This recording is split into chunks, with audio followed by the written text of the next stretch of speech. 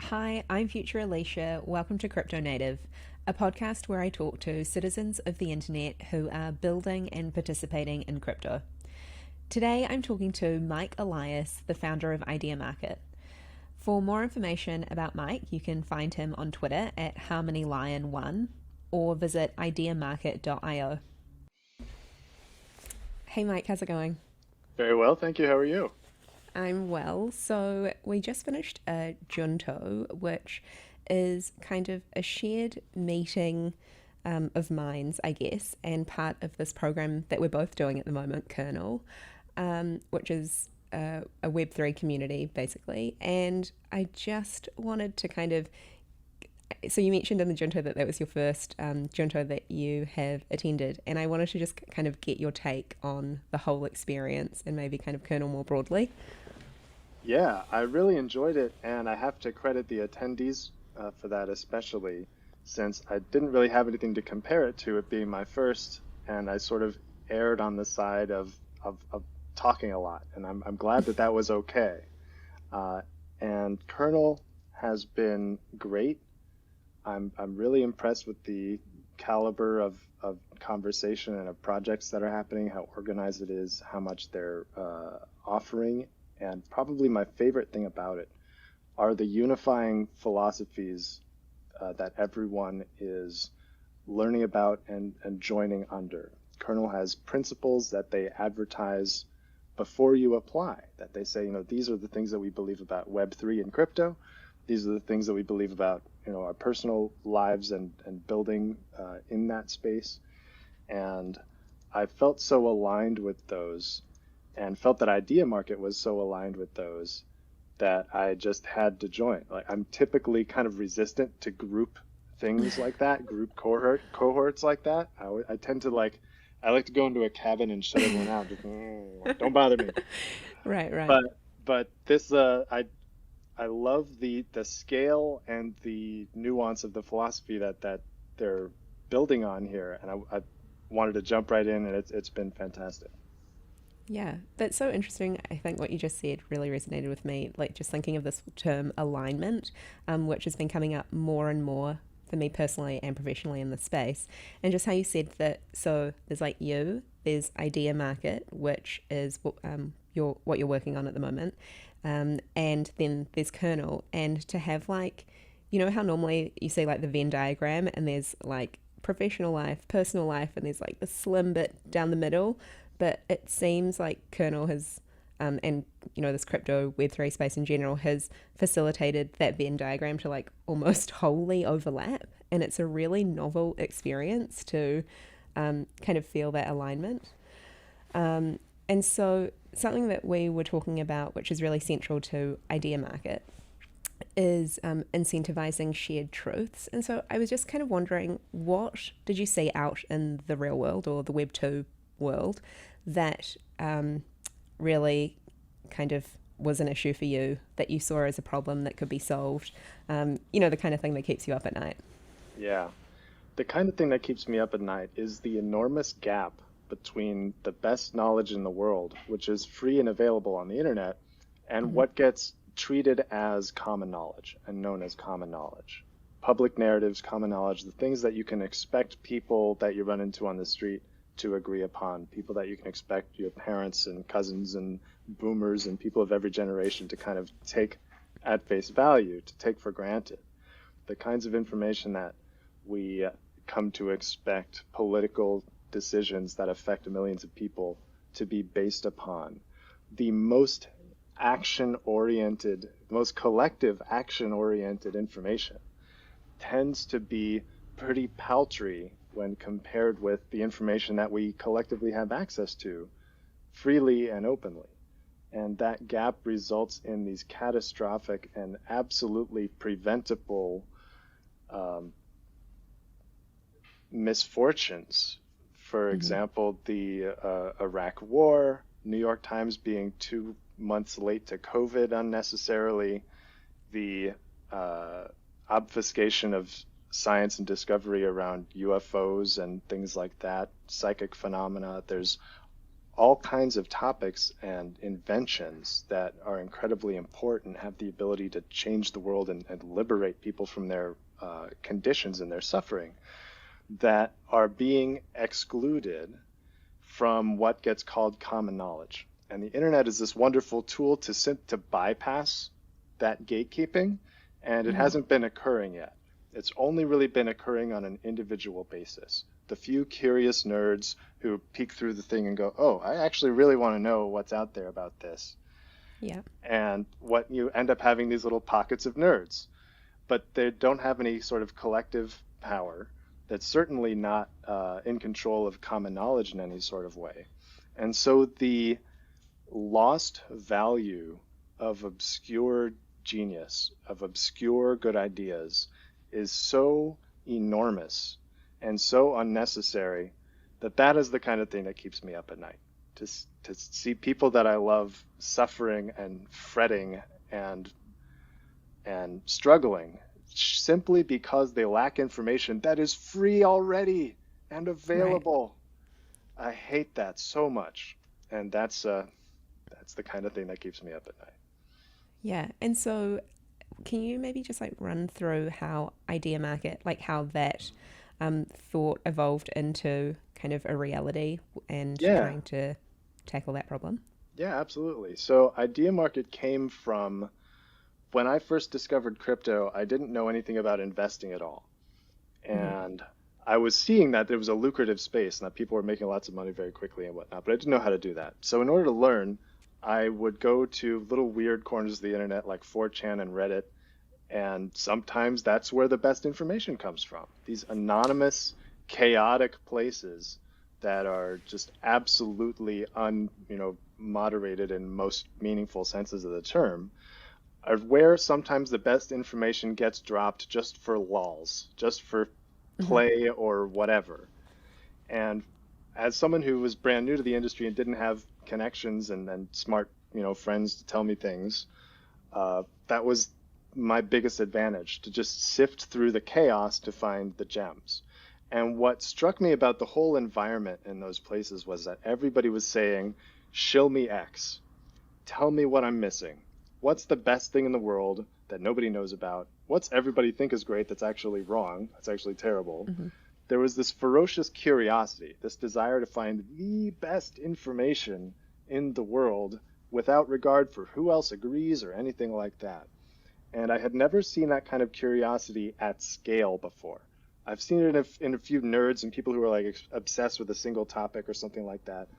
But what the profit motive had done is made people just want to know the truth from all the free Yeah. information that's out there. So what I wanted to see if we could do is expand the scope of that curiosity from crypto assets to any matter of public import, anything that might be influenced by information that's already free on the internet. I want people to comb the internet for information about anything that is important or surprising or true or useful with the same ferocity that people are passionately seeking the best information about crypto microcaps.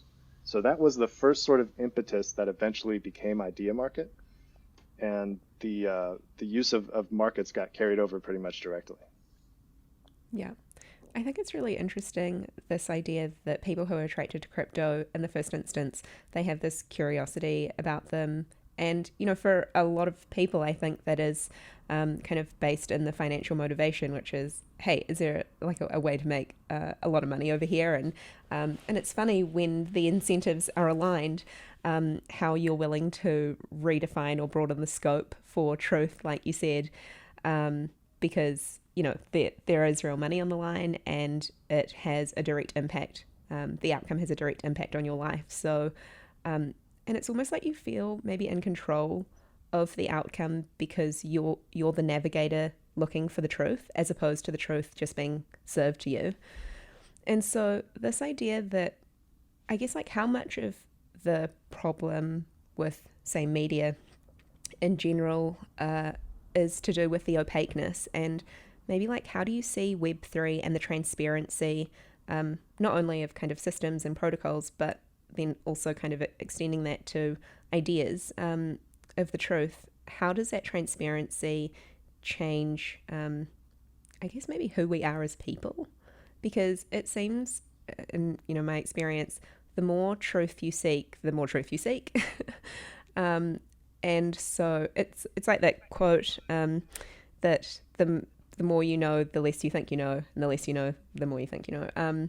And so I don't know, like how do you think that is changing with Web3? This idea of what the truth even is.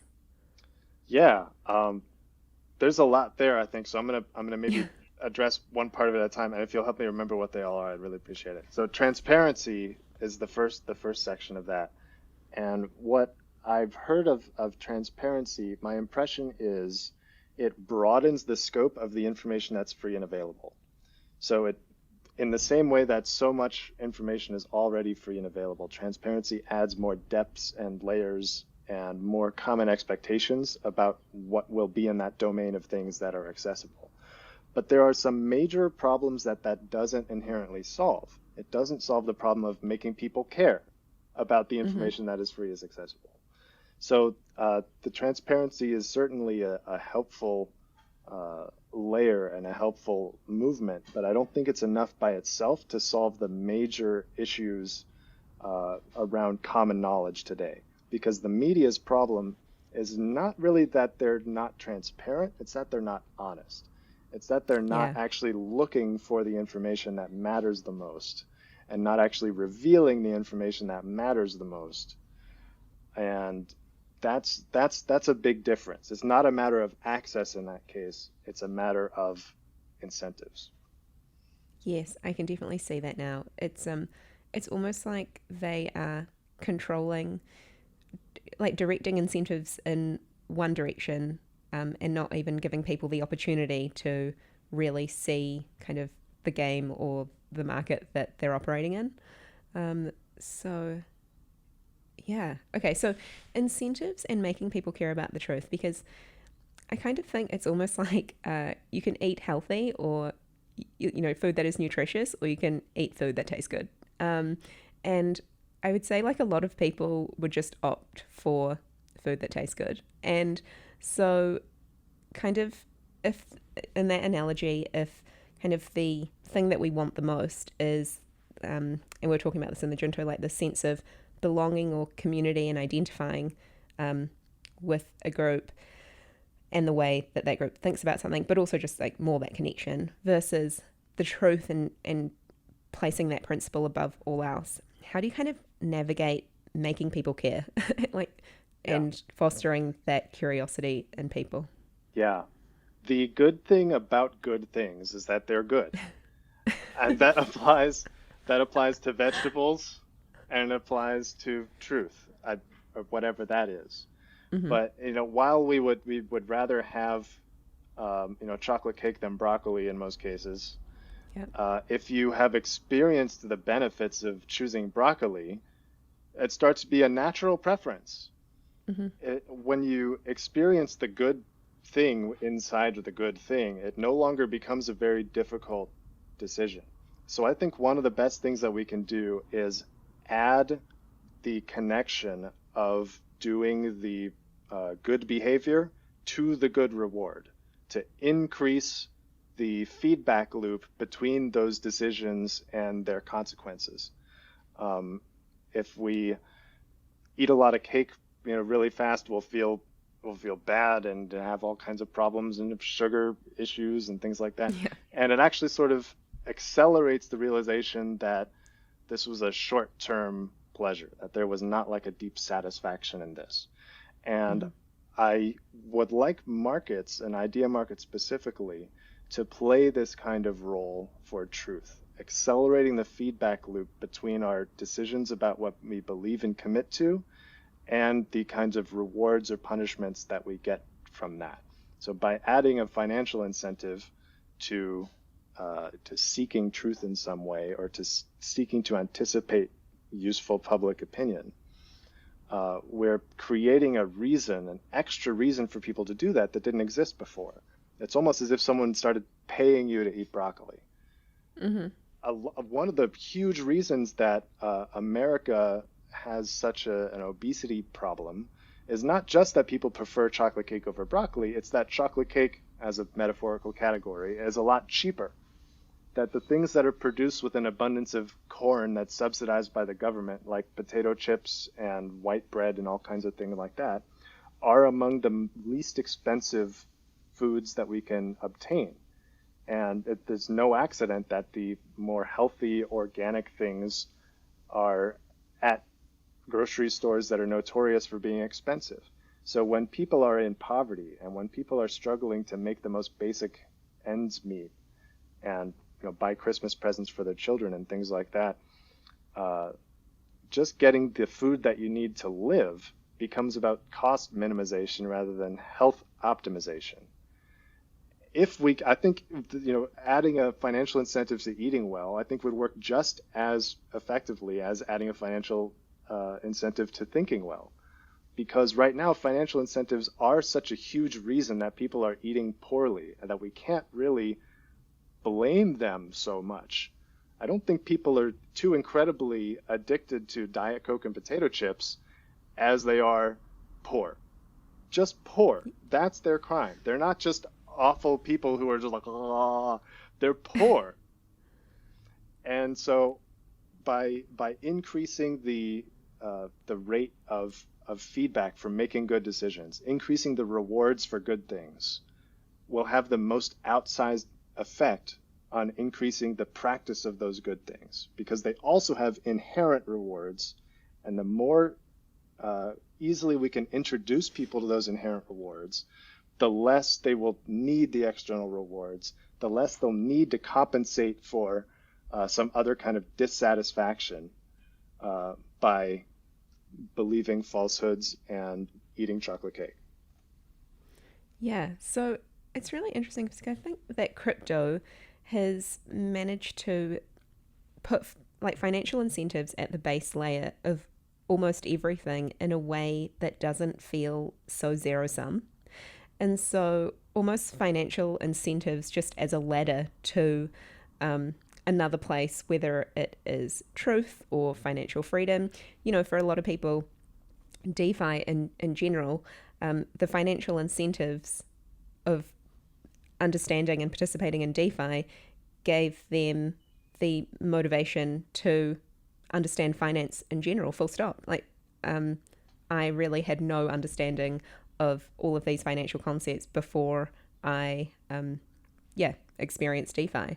And so I guess, in terms of using markets and financial incentives, do you think that is a model that could be rolled out kind of Web3 wide and it doesn't feel so negative anymore? I think so. At least the part that I'm hearing most from you is just the existence of these things is an incentive for people to learn about them. Is that kind of the thing that I'm picking up on? Well, just that kind of what you said, if you're rewarded financially for thinking well, Yeah. the financial part of it seems to be, so much of what we do with our lives is directed by the financial outcomes. I literally chose a profession based on a TV series where, of lawyers where people looked rich. And so it's so inherent in the society that a lot of us have been brought up in to just follow the path, with the most money. And so kind of rejigging that a little bit and, because that, I think, a lot of us who have ended up in this Web3 space and crypto have realized that that path doesn't really lead anywhere. It's a path for the path's sake. But now having the opportunity to kind of reroute those paths, and really the fact that markets and economic incentives are at the heart of all decisions, and if we how noble they are or how practical they are, if we just acknowledge that, what does that look like and how does that change the space? And it's just kind of Yeah, this is an area where I think transparency is really powerful, because where mm-hmm. transparency affects incentives, it becomes about a system rather than about a particular piece of content. Transparency about a DeFi protocol is fundamental to the success of that protocol, because it is the basis of trust in it. And when people are putting their money in a DeFi protocol, they need to know that it's going to do the things that it says it's going to do, or they'll lose their money. So the transparency has a radically fundamental role in DeFi. And what that enables is us to build systems that cryptographically deserve trust. It's not that they, produce truth necessarily, but you can prove that they will do what they say they're going to do. And that's sort of what we mean by trustlessness. So when you have something like Bitcoin or Ethereum or the DeFi ecosystem in general, I think of it like the ability to produce a mountain at will with software. Because if you have like a boring town in Iowa or something, no offense to Iowa, I have lovely friends who live there. If you have a boring town in Iowa, if all of a sudden you have a really great mountain, you're going to build a ski lodge, you're going to build resorts, you're going to build all kinds of stuff, and people are going to come. It's a whole new permanent part of the economy that's going to change the whole town and the whole world by extension. And we can do that with software now. Because if you have Bitcoin, oh man, the whole world is going to have an economy around it. And you have Ethereum, oh man, the whole world's going to have an economy around it. A single DeFi Lego, oh man, the whole world's going to have an economy around it. That just with code, we can create these permanent things that affect ecosystems in really profound and landscape shifting sort of ways. Wow, that's a really beautiful and like visceral way to think about the digital frontier, just as like these protocols as like physical parts of the landscape. I'm definitely that's gonna stick with me. And I was just thinking when you were talking that with Ideamarket, is it kind of like this idea that when there's a financial incentive to think in a certain way, you kind of have skin in the game, whereas skin in the game might only normally be reserved for kind of economic, like more purely economic activities. And so, yeah, when you extend that to having, I'm going to think a certain way, and I'm going to put my money, kind of where my mouth is. And is that kind of some aspect of Ideamarket, which is instead of just following, what's popular, or do you really believe in it? Like, if you do, why don't you back it up?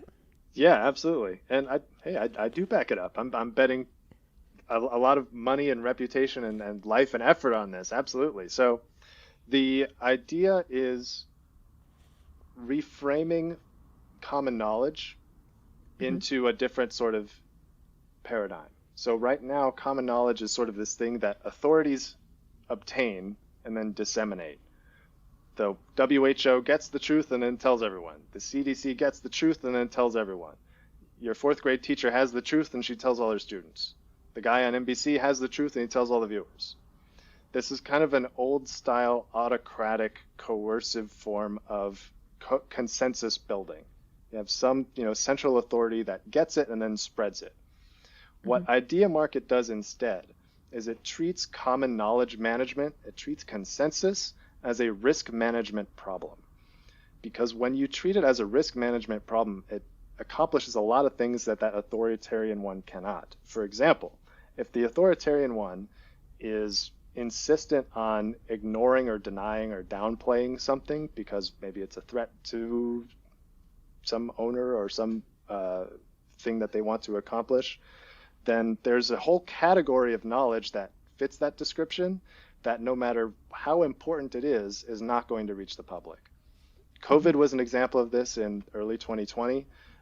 The Western knowledge producing institutions completely ignored it and kind of denied its significance to the point at which the amateurs were significantly better at the job than the professionals. The amateurs were the ones who realized that COVID is definitely already here. Wait, it broke out in a city of about 12 or 15 million people, bigger than Los Angeles. It's been there for several months. There are flights every day. It has a 2-week incubation period. This is a done deal, folks. You don't have to wait until March to report on this. This is obvious. And when there's that level of intellectual dishonesty in the knowledge production mechanisms, that's a enormous gap through which civilizations can fall.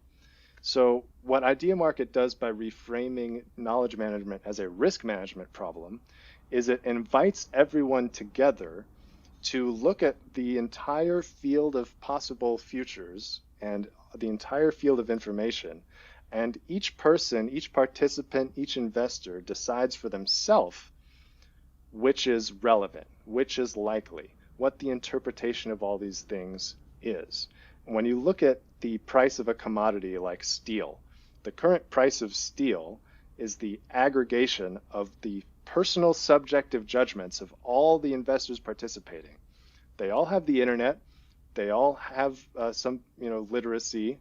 They all have the ability to take the information that's out there and publicly accessible and use it to compute their judgment about what steel is worth right now and what it'll be worth in the future. And the market takes all those judgments and puts it into a single number. If we can do that with any matter of public import, if we can do that with COVID, the signal becomes a very quickly adjusting sort of a thing that is sensitive to the best information in the world, as determined by people who don't depend on any particular incentive alignment to point that out. Does that make sense? Yes. I think Idea Market just clicked for me because when you were talking about steel and I was thinking about the stock market, so I was thinking about someone, say, logging into a dashboard and they're looking at stocks for the day, just kind of like you might open an app with crypto and you see what's up, what's down. But with Idea Market, just this idea that you could like log on to a dashboard and you could see kind of like what ideas and what knowledge is up for the day that you should be kind of paying attention to, and how that changes. Yeah, that's really interesting. Is that kind of sort of like the vision that you have of it in your head as Exactly. well? Oh, okay. Exactly. Exactly. It's the idea that when public knowledge is a risk management problem, we don't have to spend time being surprised by things like COVID anymore because it's already been on the radar. Whether Right. COVID is like a small cap thing or a mid cap thing or a blue chip thing, it's been on the radar the whole time. There's the authoritarian model is very binary. It's fake news or it's really important, or it's fake news or it's really important. It tends to kind of switch back between the two a lot, and that causes Hmm. a lot of surprises. But if the world is collectively acknowledging the entire field of possibilities, we don't have to take time to shake ourselves out of denial when one of those possibilities becomes an actuality. Okay. I understand this. So it's like the growth, say with COVID, if you came across someone had written something about COVID in January last year or December, it would basically be like a microcap. So it might be at a cent, and then um, actually mapping it to uh, numbers really helps me. And then by February, you're like up to $1, and then by March, we're at $100. Obviously, everyone is paying attention to something that is valued at $100. Um, and it's widely accepted now that because there are more people who are paying attention, that this is a really accurate reflection of the value of that thing. Yeah, the idea is that price reflects the expected attention worthiness of a thing. Hmm. If people Hmm. think something is important and true and surprising, it will go up because people say, "Hey, look at this, Joe," and Joe will say, "Oh, that's really important. Let me put money on it," because the earlier you are, the more lucrative it stands to be. So the market in that way creates this incentivized knowledge iteration process that keeps people looking at the small stuff and examining it with a lot of scrutiny to say, what unacknowledged things here could be more important than the really widely already accepted things. So there's a sort of refreshing process that sort of automatically happens here. Right. This I feel like this ties back to your intro to this space with kind of 4chan and Reddit and these dark channels, which is that's kind of what you might do if you are holding, um, like Ethereum or one of the bigger DeFi tokens like Aave, and you're always thinking, okay, with Ethereum, how does Solana play into the story, or things like that, and so you're always considering the alternative, even though you know that Ethereum is being held up at this point in time but how does that future play out? I think I am really starting to understand this. Okay, so something I wonder is how does the fact that it's people and not, say, protocols or companies behind as the um, actors on Ideamarket, how does that change how we interact with the financialization of ideas? Yeah, the protocols being in charge of ideas, I think, is sort of a deceptive promise. I don't think it actually promises what what it purports to in terms of public knowledge, in terms Mm-hmm. of common knowledge, for the simple reason that ultimately people have to believe the thing. It's not really a matter of evidence, it's a matter of persuasion. And if we're expecting protocols to do the persuasion work for us, it's sort of like expecting the New York Times to do the persuasion work for us. It's the same kind of problem of how do you bridge the gap between finding a truth and spreading it to everyone else. Those are two completely different problems. So protocols absolutely will have a role to play in providing a basis for interpretation, but they can't do the interpretation for us. And it's the interpretations that define the boundaries between tribal groups. For example, we've already sort of had with the internet a lot of examples of truths in common at a certain level, a certain granular level. For example, tweets. Tweets are Mm-hmm. public. There's no debate, no matter who you are, over what a tweet contains.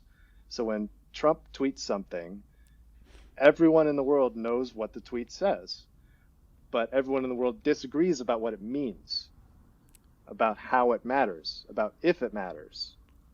And Right. that's this unbridgeable gap between the data, the information that's easy for everyone to agree upon, and the story about it, and the implication of it, and what it says about the world that we live in. So, protocols being in charge of the truth, I think, is dangerous. I think protocols have a really special place to play in helping people to agree on these more basic things. But if we expect protocols to create persuasion for us, I think there will be a lot of problems. I wonder, how you referenced the New York Times, and so with a journalist, they almost have the protection of the New York Times when when an article is written or released. Um, whe- and if that plays out in a certain way which isn't favorable in the public, then there is kind of like that first line of defense, which is the organization. And now, with a lot of, say, journalists in particular, leaving larger organizations to go out and start Substacks, for example, or just be more active on Twitter or write books, and they lose that level of protection, and it's them as an individual out there in the world.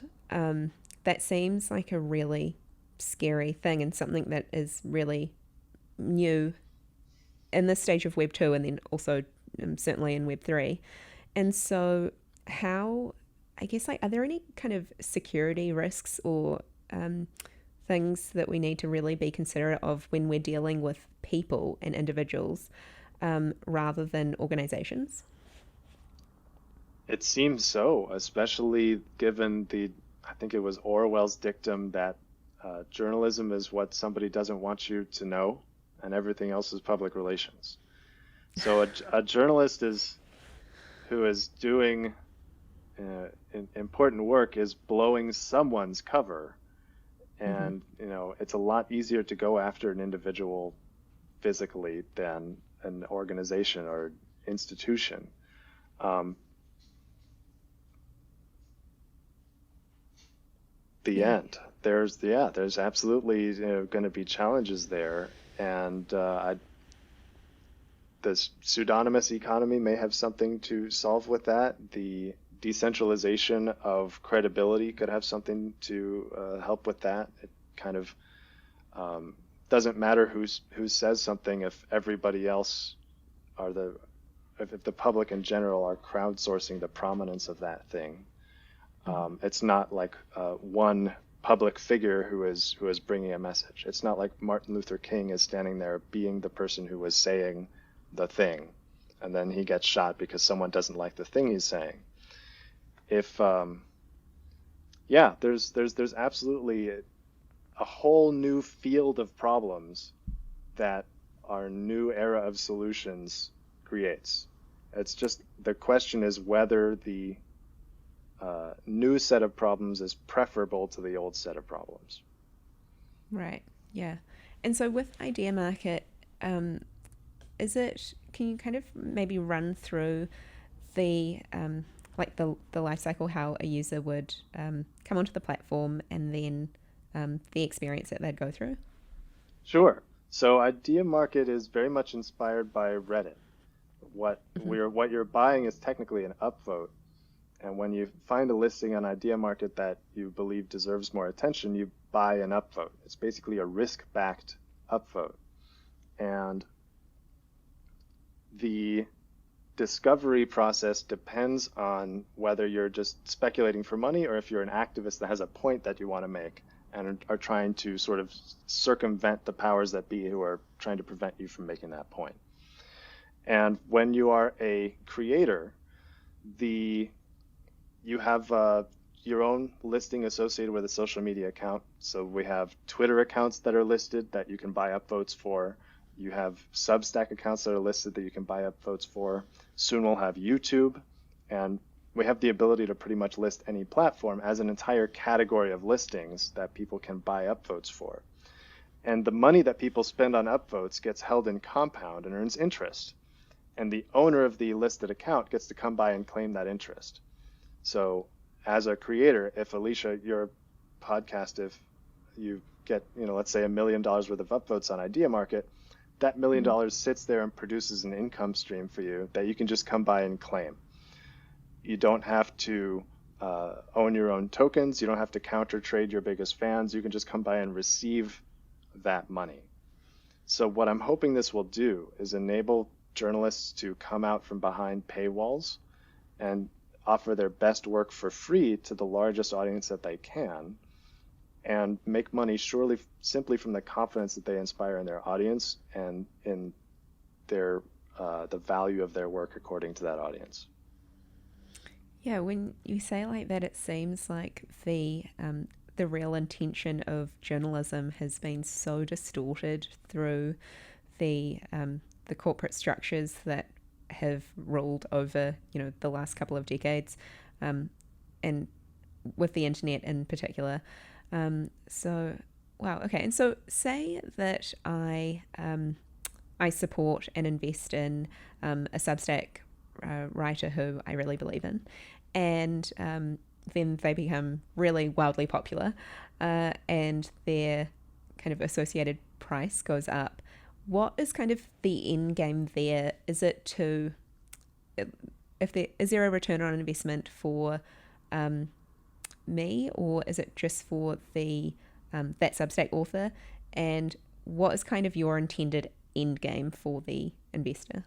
Sure. The upvotes are managed by a bonding curve that does bring the price higher as more votes are bought for a particular listing. So if you can anticipate the popularity of something important and then that grows up, you have the ability to sell it and make a profit. That's the market's part of Idea Market.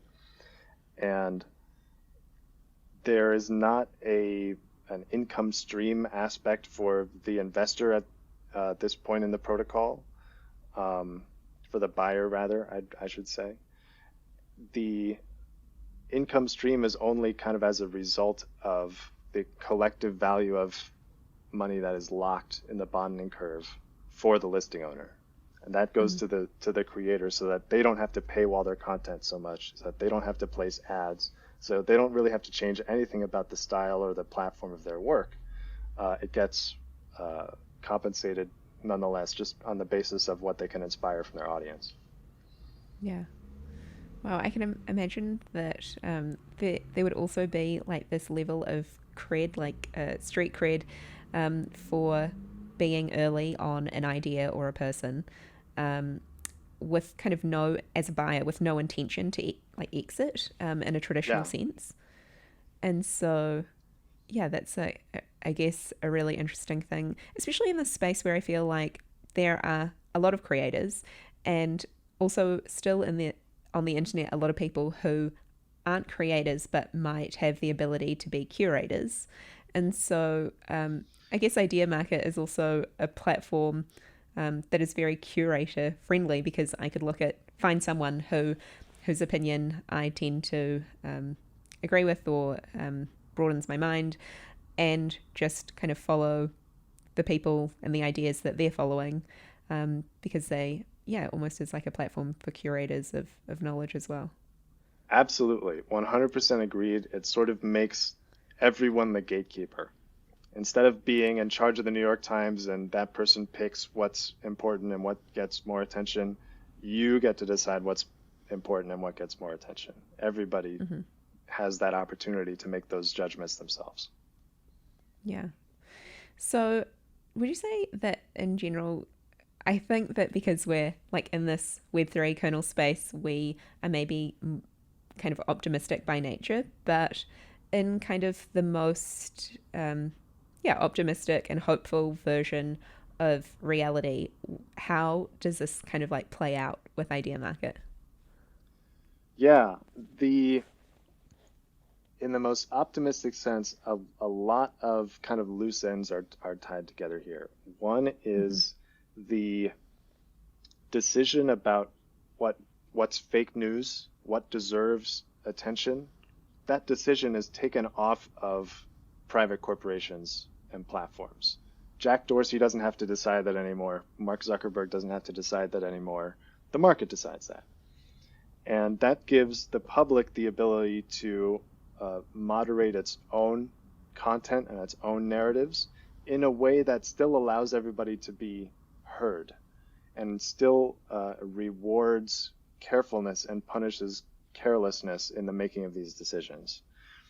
Um, the way this works in practice is, as the market matures, the voices that have earned trust from their audience will sort of have a general minimum range of market capitalization, of deposits. So that if you're a fake news producer or someone who wants to fabricate something, not only do you have to create a newsy looking website, you have to purchase a rank commensurate with the voices that are already trusted that you're trying to blend in with. And as the market matures, this sort of minimum viable credibility cost just continues to go up like this. So unless you have $100,000, I mean, excuse me, $500,000, I mean, excuse me, $2 million, you're not going to be able to spread your fake message.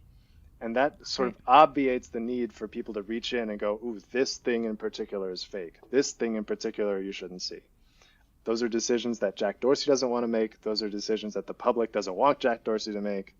And Idea Market could drastically reduce the necessity of that kind of intervention into the public square.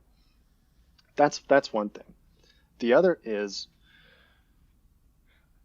kind of crazier, and that is the what do you think the value of obscure genius is?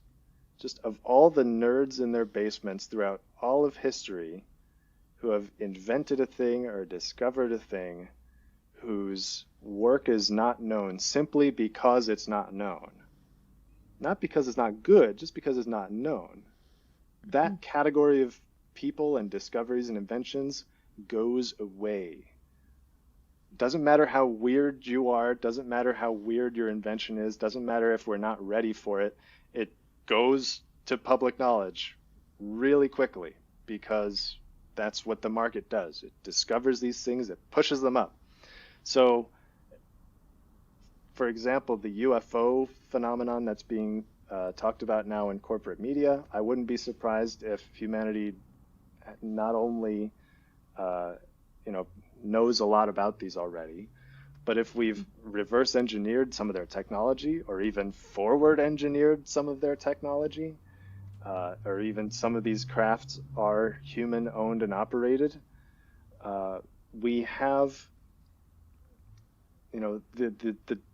the separation between the best knowledge in the world and common knowledge goes away. So if you can make a shoebox that can power a city and you don't need to rely on oil companies anymore, everybody's going to know that and it's going to be inevitable. And that's the kind of freaky, scary Star Trek part about this is that if it works properly, there's not really an upper limit to what what can change about how we live and the technologies we use. I hope that kind of makes sense. I think it does. This is how Okay. what you said plays out in my head, which is that at the moment I feel like there are maybe one or two kind of narratives of reality that we live with.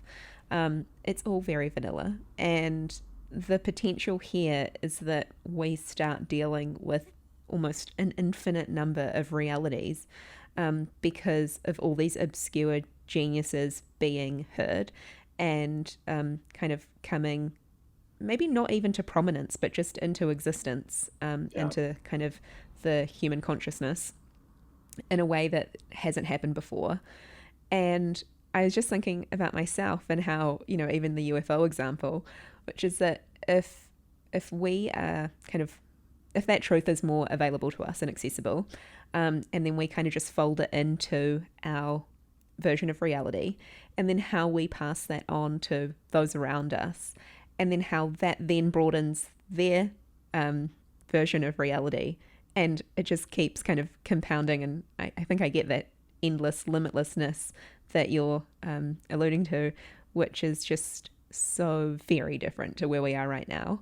But I guess the truth is so liberating in that way. If that there is no ceiling, which is also really interesting. Then to tie it back to kind of the market incentive side of it, which is really really interesting. And I think it's kind of a really positive thing that we can start from a place that is economic incentives and then end up at this really, utopic kind of place, which is more about the truth and not even that there is maybe a single truth, that there are many truths, which I think would be, when you're talking about trade-offs and what is preferable to where we are to where we could be, I think this idea that there is more than the single source of truth from the centralized form of power that has complete control of the distribution methods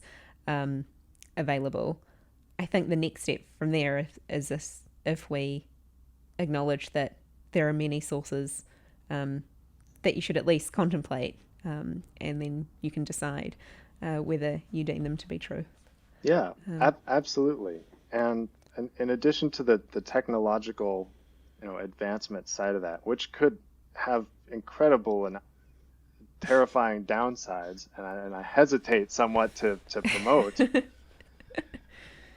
something a lot safer and more optimistic that I'm hoping Ideamarket will achieve is eventually helping us to freely come to the recognition that we have a lot in common as people, and those are the things that really matter, and that no matter where our current beliefs are or our current view of the truth is, we can acknowledge that we're all in the same situation. We're all looking for and at the same truth in one way or another, from one angle or another. And I'm optimistic that markets can create this reality without forcing it on anyone in the ways that we have had realities imposed on us in the past in one way or another. So that the market is an invitation for the global public to come together and discover something all at once. And I think that's the more social aspect of this, that humanity can kind of realize and speak to itself and reflect to itself its own priority of harmony and peace in a way that we have not been able to reflect that back to ourselves before. We've always had to reflect common knowledge through institutions that didn't want peace and harmony. They want, war over resources and things like that. So that's the optimistic social vision, that the market is is baking into society the faith that truth is good and universal enough such that when we freely look for it, we find enough of the same things that we can all chill the fuck out. Yeah, I like that. I'm excited about that. And yeah, really excited to follow Idea Market and your journey, and so grateful to meet you in Kernel. And thank you so much for spending some time with me today. Great pleasure. I loved this conversation. I loved your questions. I love your accent, and it was a lot of fun.